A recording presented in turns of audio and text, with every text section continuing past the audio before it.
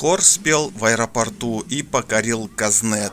В сети появилось видео импровизированного выступления в аэропорту Алматы артистов Государственного театра Астана Мюзикл.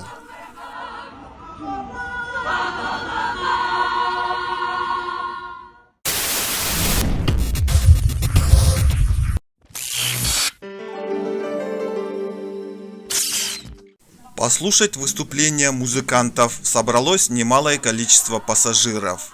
Пользователи сети также оценили их творчество. Круто! Молодцы! Спасибо за бесплатный концерт. Создали атмосферу, написали юзеры.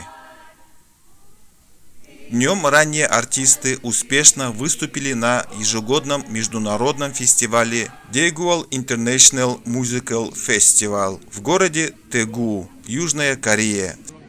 Спектакль Роза Багланова назвали лучшим иностранным мюзиклом, а артисты Зарина Макина стала лучшей актрисой на международном фестивале в Тэгу.